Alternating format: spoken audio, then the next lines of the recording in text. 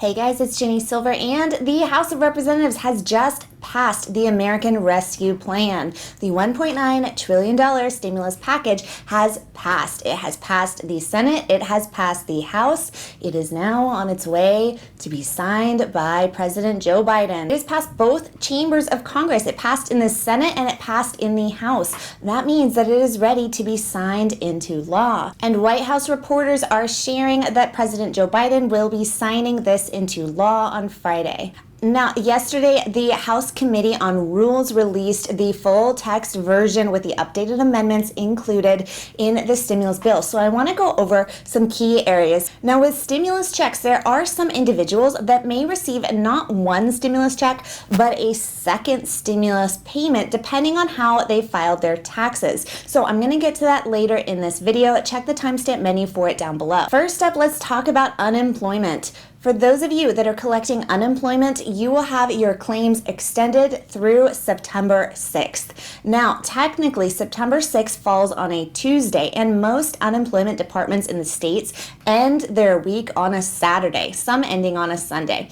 So that means that most of you will be collecting up until claim week ending September 4th.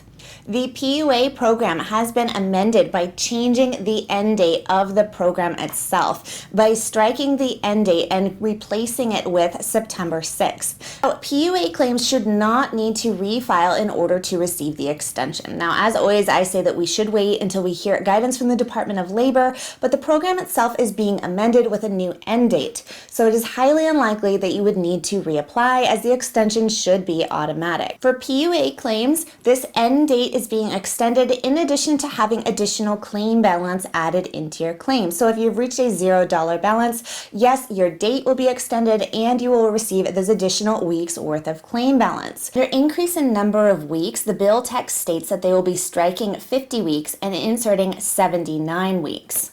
PEUC, which is the extension for traditional unemployment claims, will be extended up until September 6th, with the last date to collect being claim week ending September 4th if your unemployment week ends on a Saturday, or September 5th if your unemployment week ends on a Sunday. The bill text states that they will be striking 24 weeks and inserting 53 weeks. So PEUC claims will be an entire duration from start to finish of 53 weeks. This includes the original first PEUC extension of 13 weeks, added to the additional 11-week extension, which we received in December. That brings you to 24 weeks. That 24 weeks will now be striked and will be replaced with 53 weeks.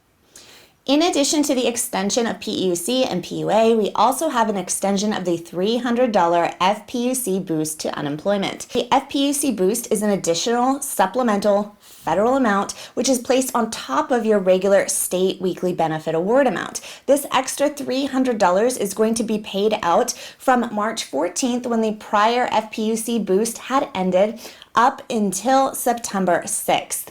For claims that are currently collecting on Fed Ed, otherwise known as extended benefits in other states, they will continue to collect up the remaining balance of their Fed Ed extension or their extended benefits, and then once that ends, they will be eligible to receive the PEUC extension up until September 6th. Do you need to file a new claim in order to receive the extension? If you're a PUA, you should not need to file a new claim. We'll confirm this once we hear from the Department of Labor.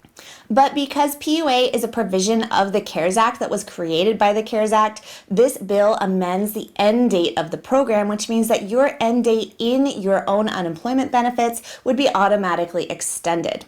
You should not need to reapply. Now, if you're a traditional unemployment claim, you're not PUA, you are a traditional unemployment claim who was an employee prior to the pandemic. Now, requirements will differ by state, but in the state of California, if you're a traditional unemployment recipient, you will need to reapply once you reach the end of 1 year's worth of benefits after your claim start date. If you reach the end of 1 year's worth of benefits after your claim start date, then you would need to reapply. Reapplying for a new claim means that they will look to see if you had enough wages in the last year in order to be placed on a new claim.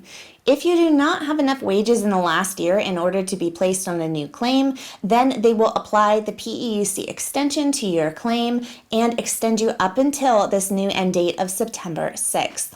The last thing I want to go over with unemployment is that the $10,200 worth of unemployment benefits are to be untaxed. Now, the bill text states here that there is a special rule for 2020. Now, the bill text states here that there is a special rule for 2020.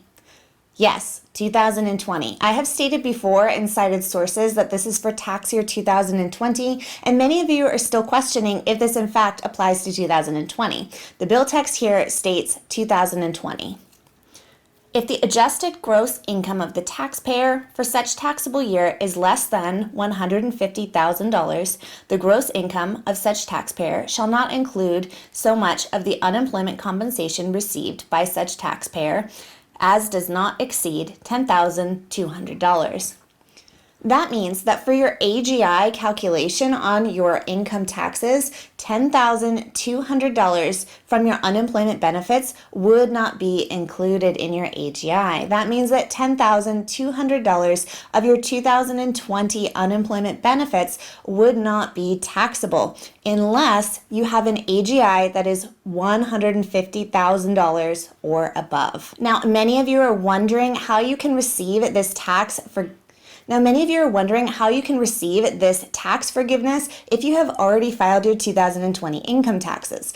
Well, we need to wait and see guidance specifically from the IRS because this bill does not provide any guidance on exactly how to execute this benefit.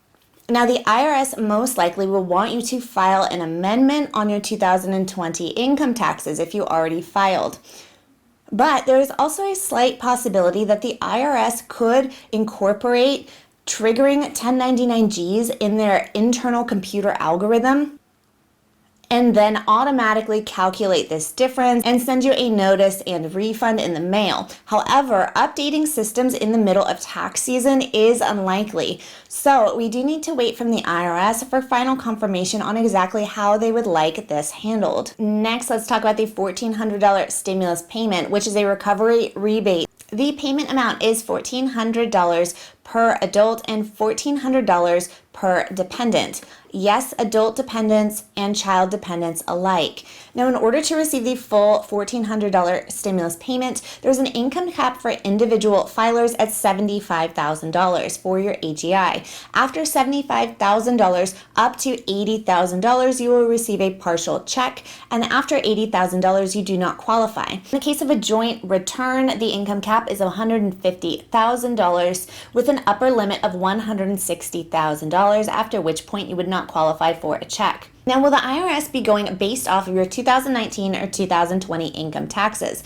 Well, the IRS needs to go off of whatever they have currently on file in order to issue you your payment. Now, if they have your 2019 on file, they will issue it according to your AGI there. If they have your 2020 on, they will issue it according to 2020's AGI. But if you only have 2019 on file and 2020 qualifies you for more of a stimulus payment, now they state here that if you qualify for more, the secretary shall make a payment to you in addition to your prior payment if you file your income taxes for 2020 90 days after the 2020 filing deadline or before September 1st, 2021.